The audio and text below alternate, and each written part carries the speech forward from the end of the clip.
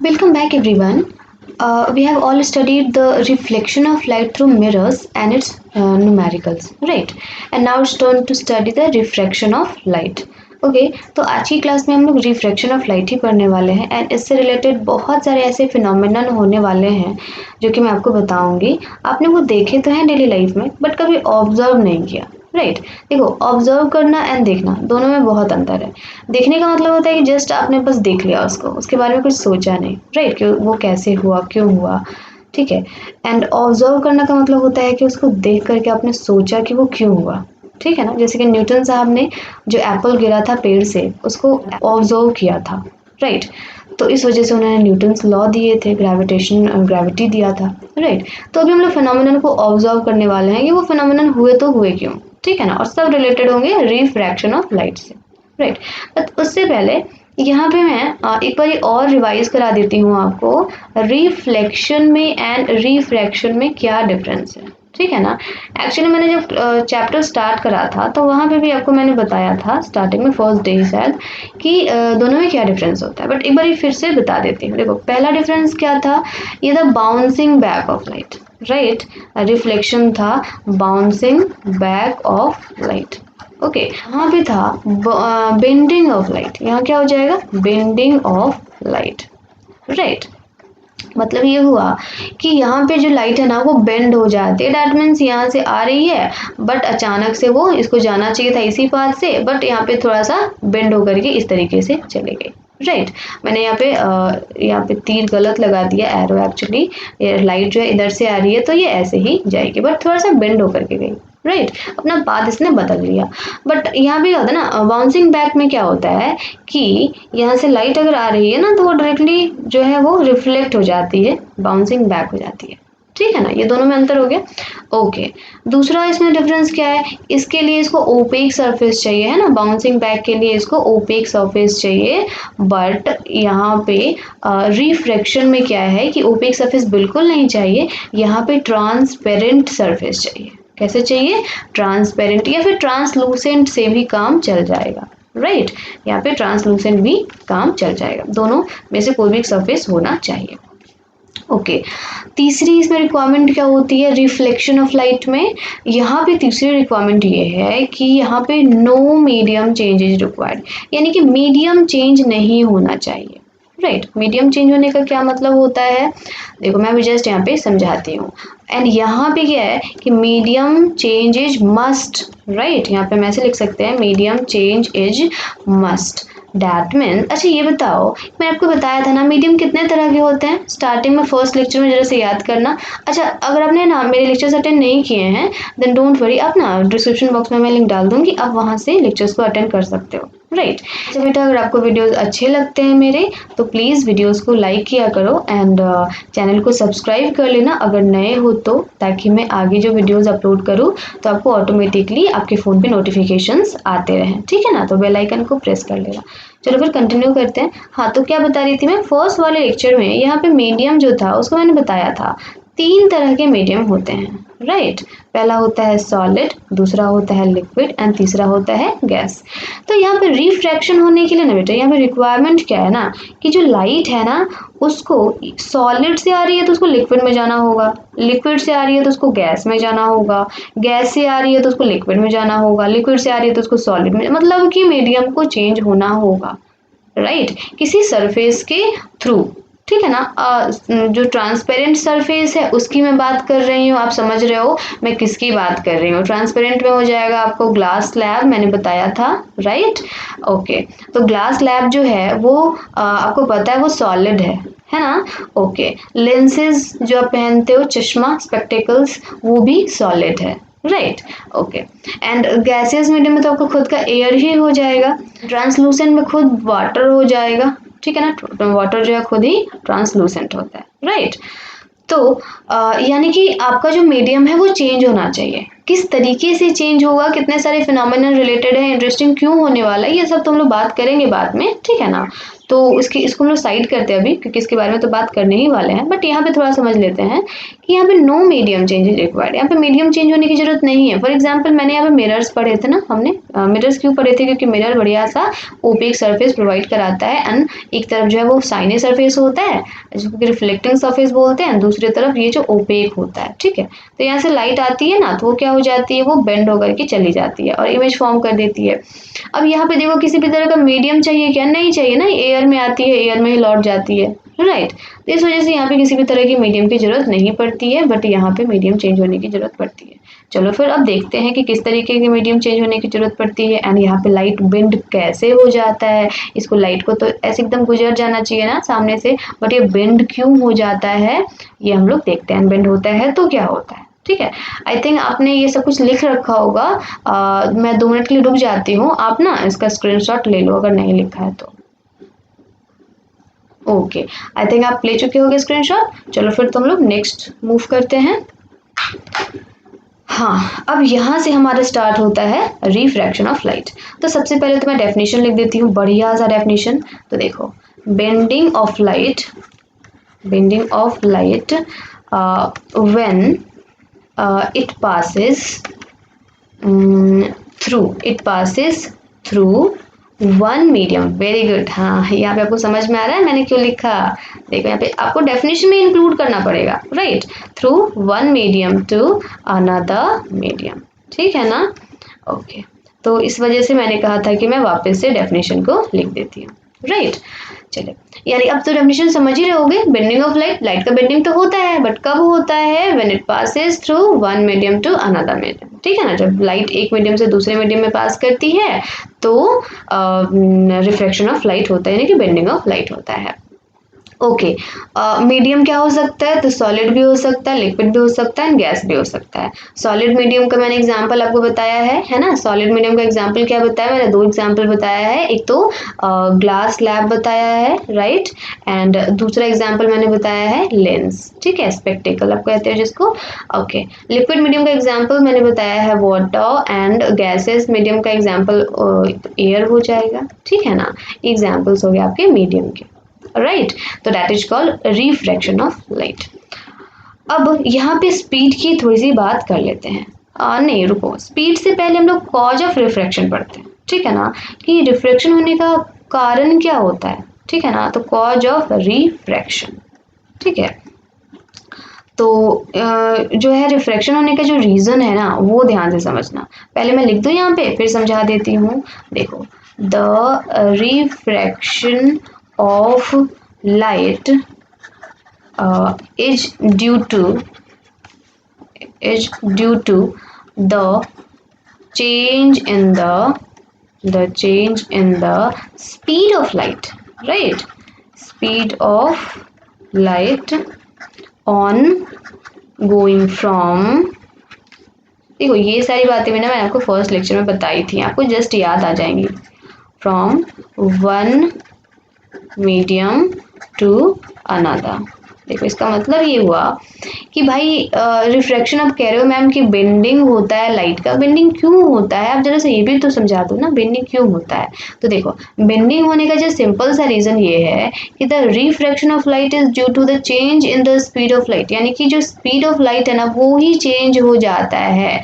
क्यों चेंज हो जाता है भाई स्पीड, क्योंकि एक मीडियम से दूसरे मीडियम में जब लाइट ट्रेवल करती है तो लाइट का स्पीड चेंज हो जाता है, इसकी वजह से लाइट को बेंड होना पड़ता है। ये क्या बात हुई भाई, क्यों चेंज होता है स्पीड। तो मैंने आपको वहां पे बताया था फर्स्ट वाले लेक्चर में, जरा से याद करना कि हमारा जो 3 मीडियम है सॉलिड, तो सॉलिड मीडियम में क्या होता है ना, सॉलिड के पार्टिकल्स बहुत चिपके चिपके से रहते हैं, बहुत फ्रेंडली होते हैं ना, आपने 9th क्लास में केमिस्ट्री में पढ़ा था, है ना, first chapter of science.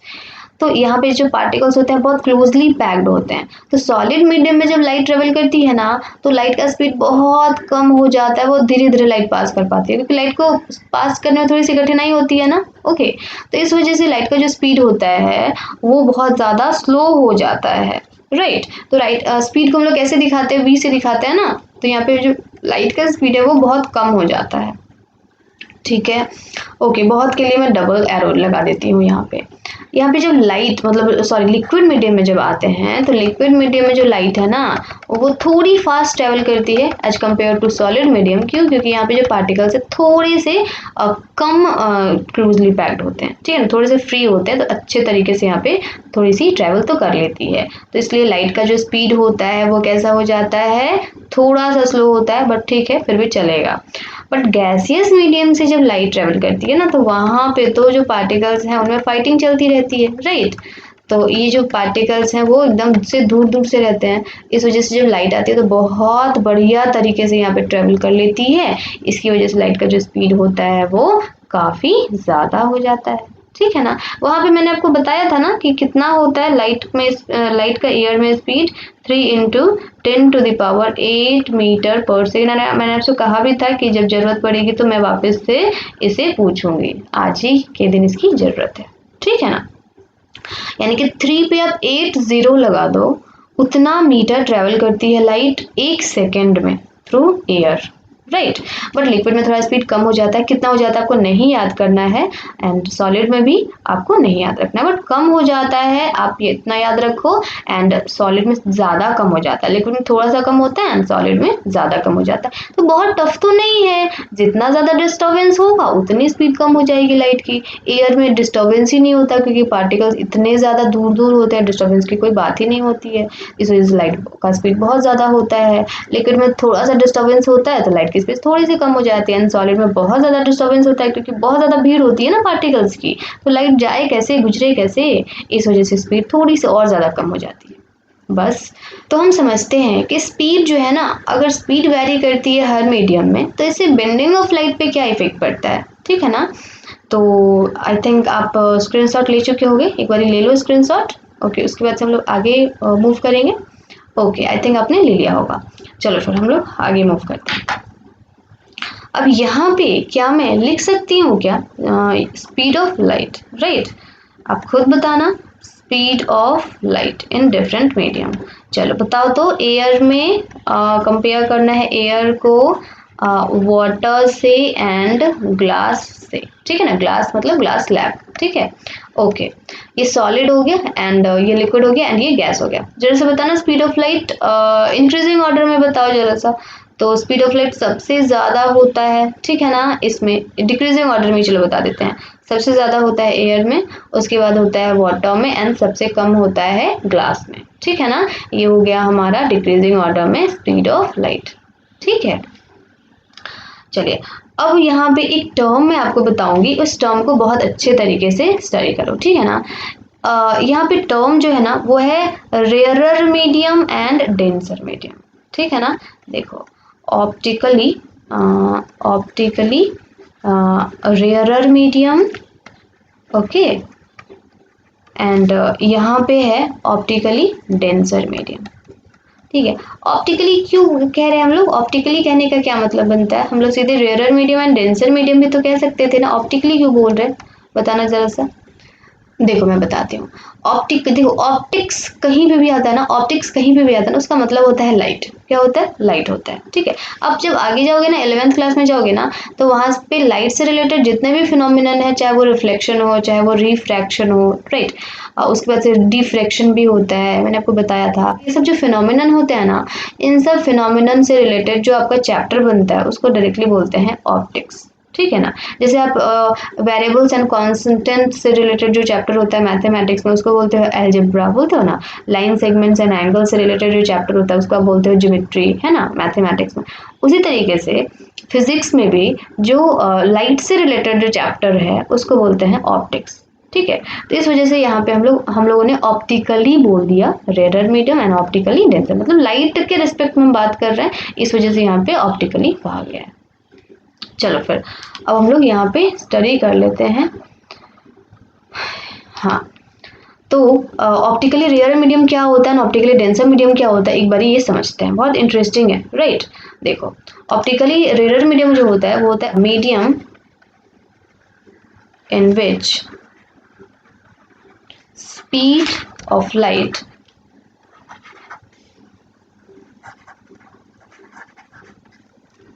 is more, it's called optically rarer medium. ठीक है, मतलब कि ऐसा मीडियम जहाँ पे कि लाइट का स्पीड ज़्यादा होता है उसको हम लोग बोलते हैं रेयरर मीडियम। हम ये नहीं कह सकते कि एयर रेयरर मीडियम है, वाटर रेयरर मीडियम है, ग्लास स्लैब रेयरर मीडियम है, ऐसा बिल्कुल नहीं बोल सकते। यहाँ पे हमको कंपेयर करना पड़ेगा कि इस तीनों में से रेयरर कौन है। कभी एयर रेयरर बन सकता है, कभी वाटर भी रेयरर बन सकता है, ठीक है ना। तो इस तरीके से कैसे काम करेगा वो देखो मैं आपको समझाती हूँ। अगर मैं कंपेयर करूँ एयर में एंड वाटर में, दोनों में से रेयरर कौन होगा, मतलब कि स्पीड ऑफ लाइट किस में ज़्यादा होगी, तो ऑब्वियसली एयर में ज़्यादा होगी। यानी कि जब भी मैं एयर और वाटर में कंपेयर करूँगी तो हमेशा ही स्पीड ऑफ लाइट एयर की ज़्यादा होगी, मतलब रेयरर मीडियम कौन हो गया, एयर हो गया। बट अगर मैं कंपेयर करूँगी वाटर में एंड ग्लास स्लैब में, तो बताओ रेयरर मीडियम कौन होगा, तब इसमें स्पीड ऑफ लाइट किसकी ज़्यादा है, वाटर की ज़्यादा है। मतलब कि अब यहाँ पे रेयरर मीडियम क्या हो गया, वाटर हो गया, ठीक है ना।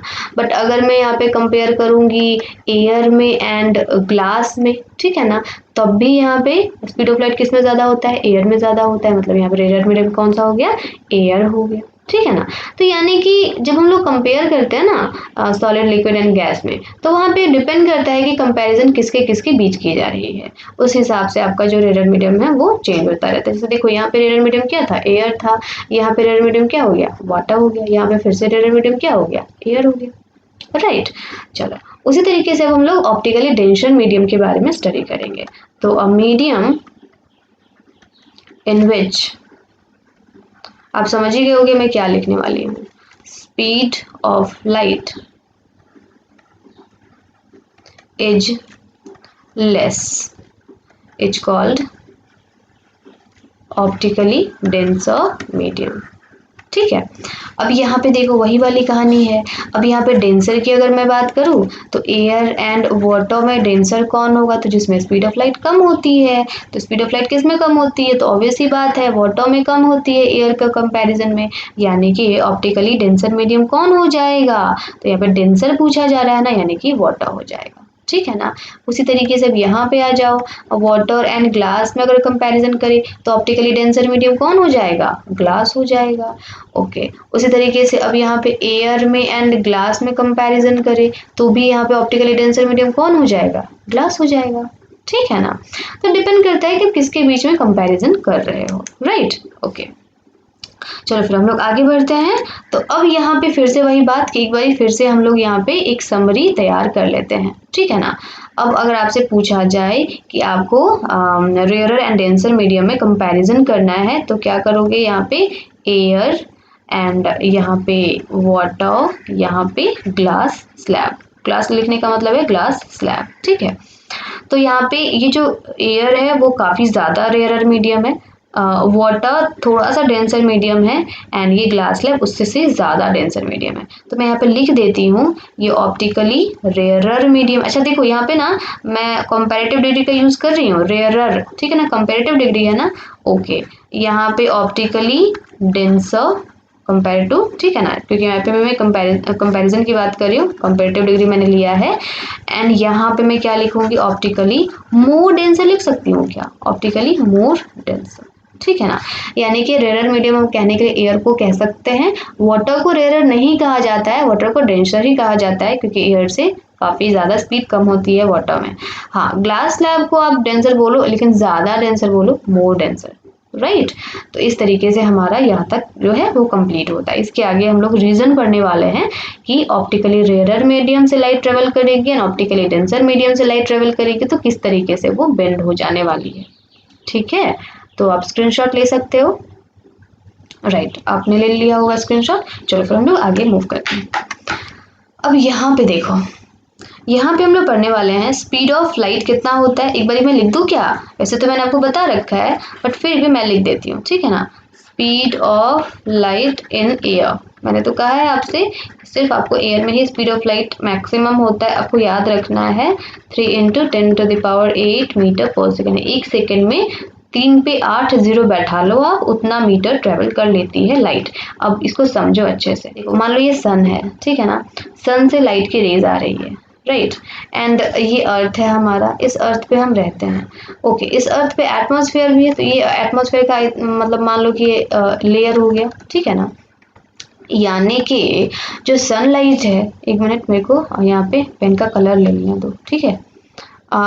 यहाँ पे मान लो कि जब सन की जो लाइट है, रे है, वो आएगी इस अर्थ पे, तो क्या अर्थ पे डायरेक्टली आ जाएगी? क्या हमारा अर्थ ये है तो क्या अर्थ पे डायरेक्टली आएगी? नहीं आएगी अर्थ पे डायरेक्टली। ये जो सन की लाइट है ना, वो सबसे पहले तो अच्छा ये तो आपका अंतरिक्ष हो गया, है ना। तो अंतरिक्ष में तो होता नहीं कोई भी मीडियम, एयर भी नहीं होता है। तो यानी कि अभी तक जो आई वो वैक्यूम में ट्रेवल कर रही है, तो वैक्यूम में ही ये स्पीड वैक्यूम का ही है, ठीक है ना, 310⁸ मीटर पर सेकेंड, ठीक है ना। तो वैक्यूम का ही हम लोग स्पीड एयर में ही काउंट कर लेते हैं, मतलब एयर या वैक्यूम दोनों का स्पीड हम लोग सेम ही लेते हैं, ठीक है। तो ये वैक्यूम है, यहाँ पे ये जो प्लेस है वो वैक्यूम है, तो वैक्यूम में आ रही है वो एयर, आ रही है, ओके। अभी जब एयर में ट्रेवल करेगी तभी उसका स्पीड चेंज तो नहीं होगा, है ना। चलो, तो जब आई ना, जब अर्थ के एटमॉस्फेयर में जब सन की जो रेज है वो एंटर की, तब तक तो ठीक है। बट जैसे ही अर्थ पे आई, तो अर्थ पे तो सॉलिड भी है, जैसे माउंटेन हो गया, लिक्विड भी है जैसे वाटर हो गया, गैसेस मीडियम तो खैर है ही, वो तो एयर है ही, ठीक है ना। तो जैसे ही सन जो है वो एंटर करती है ना, तो उसका जो लाइट का स्पीड है वो चेंज होना शुरू हो जाता है। अगर वो एयर में ही एंटर कर रही है तब तो ठीक है, कोई दिक्कत नहीं है, ठीक है। बट जैसे ही वो वाटर में जाएगी, लेट्स सपोज कि यहाँ पे अर्थ पे पानी है, ठीक है, तो इस पानी में जैसे ही ये आएगी ना, सनलाइट जो आएगी ना, क्योंकि पानी में फिशेज होती हैं, बहुत सारे प्लांट्स होते हैं जिनको लाइट चाहिए फोटोसिंथेसिस वगैरह करने के लिए, तो जैसे ही ये वाटर में एंटर करेगी ना लाइट, तो ये बेंड हो जाएगी, ठीक है। ओशन में एंटर करती है, रिवर में एंटर करती है लाइट, तो वो बेंड हो जाएगी। और बेंड होने से क्या होगा, कैसे बेंड होगी, वो हम लोग भी जस्ट पढ़ने वाले हैं, ठीक है। मैं आपको नेचुरली कनेक्ट कर रही हूँ, आपके चैप्टर को नेचुरल फिनोमिनन से कनेक्ट कर रही हूँ, क्योंकि देखो पढ़ना अलग चीज़ होता है, उसको प्रैक्टिकल लाइफ में कन्वर्ट करके उसको ऑब्जर्व करना, क्योंकि साइंस है तो ऑब्वियसली ऑब्जर्वेशन ही है यहाँ पे, ठीक है ना। उसको ऑब्जर्व करना अलग चीज़ होती है, तो मैं आपको ऑब्जर्व करना सिखा रही हूँ, राइट। यानी कि यहाँ पे गैसियस मीडियम में लाइट आ रही थी, एयर से लाइट आ रही थी, और कहाँ एंटर कर गई, वाटर में एंटर कर गई, ठीक है ना। तो ऑब्वियसली स्पीड कम होगा कि ज्यादा होगा, बताना जरा सा। अभी 310⁸ मीटर पर सेकंड से आ रही थी एयर में, एंड अभी वाटर में एंटर कर गई, तो स्पीड कम होगा कि ज्यादा होगा, तो ऑब्वियसली स्पीड कम हो जाएगा मैम, क्योंकि एयर जो था वो रेयर मीडियम था, ठीक है ना। ये एयर जो था वो रेयर मीडियम था, अभी वो लिक्विड में ट्रेवल कर ली, मतलब कि वो डेंसर मीडियम में ट्रेवल कर ली, तो मतलब कि उसका स्पीड कम हो गया, राइट। तो स्पीड कम हो गया तो ऑब्वियसली बेंड तो करेगी ना लाइट, ओके। मान लो कि यहाँ पे मेरा कोई घर है, ठीक है ना। इस घर में मैं यहाँ पे प्रैक्टिकल कर रही हूँ ग्लास लैब से, राइट। तो ये ग्लास लैब रखा हुआ है। अभी क्या होगा कि एयर से रेज आ रही है, रेज तो हर जगह आती है, मेरे घर के अंदर भी आएंगी।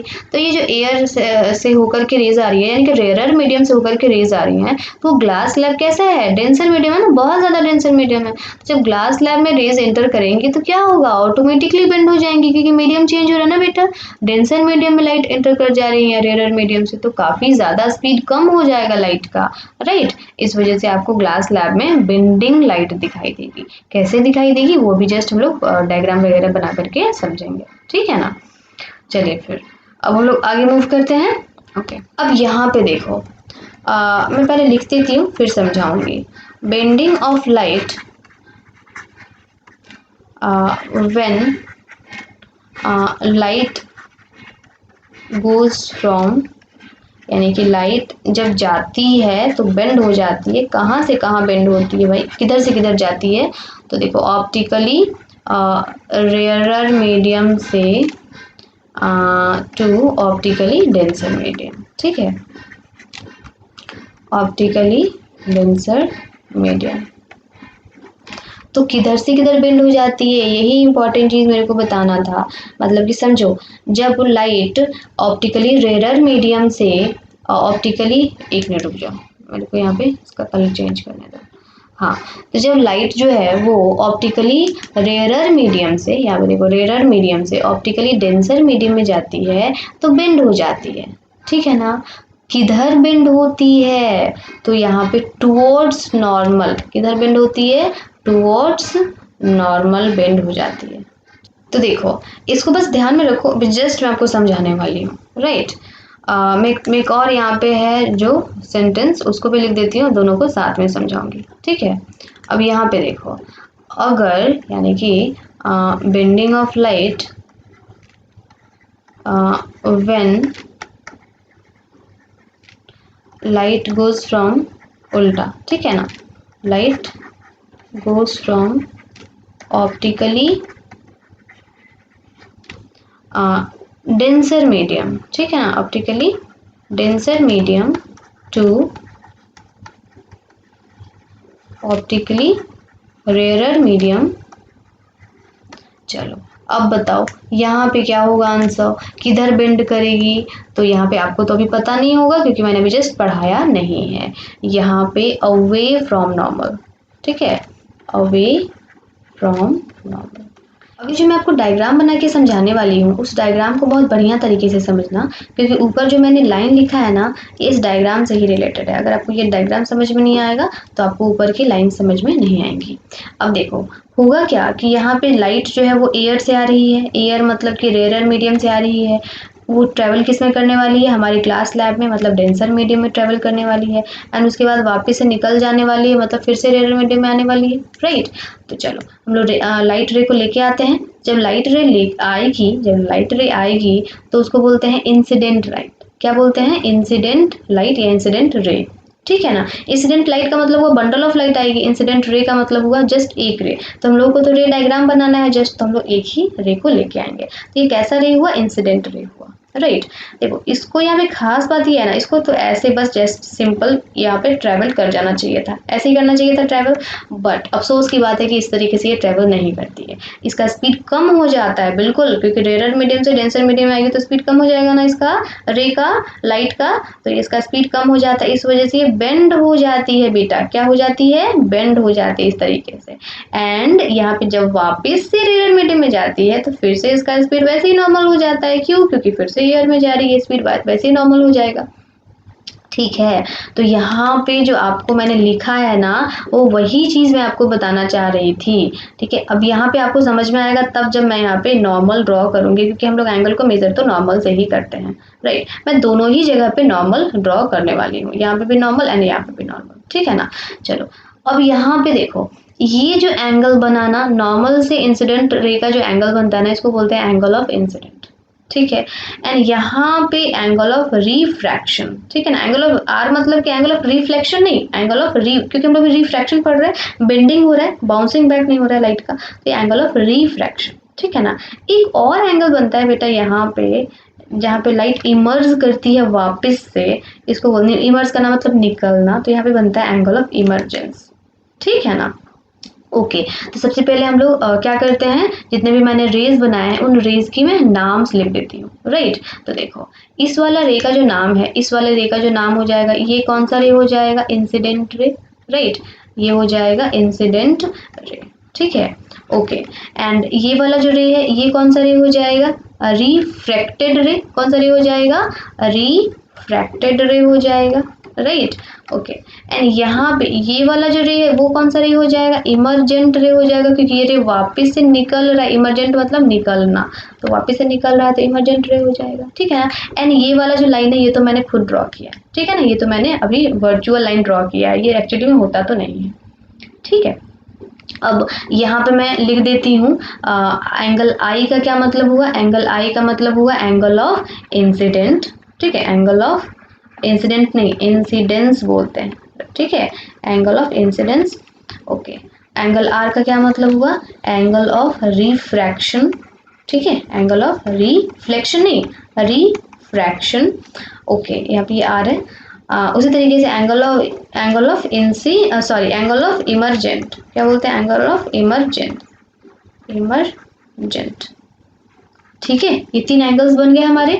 ये डायग्राम बहुत बार एग्जाम में पूछा हुआ है कि refraction of light through glass slab आपको बना के दिखाना है, ड्रॉ द रे diagram for refraction of light through glass slab, तो यही वाला एडजेक्ट आपको फिगर बनाना है, ठीक है। बट यहाँ पे जो मेन मुद्दा था हमारा वो तो मैंने समझाया नहीं, तो जरा सा उसको एक बार ही समझ लेते हैं। यहाँ पे आप अगर ऑब्जर्व करो, ठीक है ना, मैंने कहा था आपको ऑब्जर्व करने के लिए, तो यहाँ पे अगर आप ऑब्जर्व करो तो यहाँ पे पाओगे कि मैंने लिखा है bending of light when light goes through optically rarer medium to optically denser medium, यानी कि ऑप्टिकली रेयरर मीडियम से जब लाइट आ रही है ऑप्टिकली डेंसर मीडियम में, तो लाइट जो पे है वो बेंड हो जा रही है, किधर बेंड हो जा रही है, तो देखा टुवर्ड्स नॉर्मल, तो टुवर्ड्स नॉर्मल बेंड हो जा रही है। देखो तो जरा सा सच में बेंड हो भी रही है कि नहीं हो रही है, ये नॉर्मल है आपका, है ना, ये नॉर्मल है। एंड यहाँ पे देखो इसको जाना चाहिए था इस डायरेक्शन में, बट ये बेंड हो जा रही है ना, बेंड हल्की सी बेंड हो गई टुवर्ड्स नॉर्मल, नॉर्मल की तरफ बेंड हुई है ना, नॉर्मल यहाँ पे है, ठीक है, नॉर्मल की तरफ ये इस तरीके से यहाँ पे आकर के इस तरीके से बेंड हो गई है, ठीक है ना, इसलिए बोलते हैं। अच्छा तुम खुद बताओ ना कि जब आपके पास प्रॉब्लम्स होती हैं, आपका स्पीड अगर कम हो जाता है, प्रॉब्लम्स होगी तो आपका स्पीड ऑटोमेटिकली कम हो जाएगा किसी भी चीज़ में, है ना, आपका मन नहीं लगेगा। तो वहाँ पे क्या होता है, आप जरा सा धीरे धीरे ट्रैवल करोगे, एंड धीरे धीरे ट्रैवल करोगे तो आपको लगेगा जैसे कि नहीं मेरे को ज़्यादा कहीं नहीं जाना चाहिए, अपने मम्मी पापा के पास ही रहना चाहिए, है ना। तब एकदम मम्मी पापा के एकदम पास आ जाते हो, है ना, टूवर्ड्स आ जाते हो, तो नॉर्मल को समझ लो मम्मी पापा, राइट। एंड आपका जब स्पीड कम है, आप बहुत थके से लग रहे हो, तो क्या होता है, मम्मी के पास आ जा रहे हो, यानी कि नॉर्मल के टूवर्ड्स आ रहे हो। बट यहाँ पे क्या हो रहा है, कि आप में तो फिर से एनर्जी आ गई, है ना, क्योंकि आपको फिर से रेयर मीडियम मिल रहा है, आपका स्पीड वापस से ज़्यादा हो जा रहा है, तो आप फिर से क्या हो जाएगा, मम्मी पापा से दूर चले जाओगे, यानी कि नॉर्मल से दूर चले जाओगे। तो वही चीज़ यहाँ पे भी होता है, डेंसर मीडियम से ऑप्टिकली रेयर मीडियम में जब भी लाइट जाता है ना, कि लाइट की स्पीड जैसे ही बढ़ती है वैसे ही वो नॉर्मल का साथ छोड़ देता है और नॉर्मल से दूर चला जाता है, अवे चला जाता है। देखो यहाँ पे नॉर्मल से अवे जा रहा है ना, ठीक है। चलिए, तो इस तरह से आप याद रख सकते हो कि जब रेयर मीडियम से डेंसर मीडियम में जब लाइट ट्रेवल करेगी तो लाइट की स्पीड कम हो जाएगी एंड वो नॉर्मल की तरफ बेंड हो जाएगी। बट वहीं अगर डेंसर मीडियम से रेयर मीडियम में जाना होगा स्पीड को, तो वापस से उसका स्पीड क्या हो जाता है, नॉर्मल हो जाता है, जैसे पहले था, है ना, ज़्यादा इंक्रीज हो जाता है, जिसकी वजह से वापस से मम्मी पापा का साथ छोड़ देता है, यानी कि नॉर्मल का साथ छोड़ देता है, नॉर्मल से दूर चला जाता है, राइट। ओके, यहाँ पे एक और चीज़ थी जो मैंने आपको नहीं बताई, वो ये है ना, ये जो डिस्प्लेसमेंट हुआ, ठीक है ना, ये जो डिस्प्लेसमेंट हुआ ना, इस डिस्प्लेसमेंट को कहते हैं, क्योंकि होना चाहिए था इधर से डायरेक्शन बट आ गया इधर, तो इस डिस्प्लेसमेंट को बोलते हैं लैटरल डिस्प्लेसमेंट। क्या बोलते हैं, लैटरल डिस्प्लेसमेंट बोलते हैं। एंड आपको जान के आश्चर्य होगा कि जब वैसे लाइट फिर से रेयर मीडियम में आएगी ना, तो ये पैरेलल हो जाएगी, ये लाइट की रे जो होनी चाहिए थी एंड यहाँ पे जो है, ये दोनों पैरेलल हो जाती है।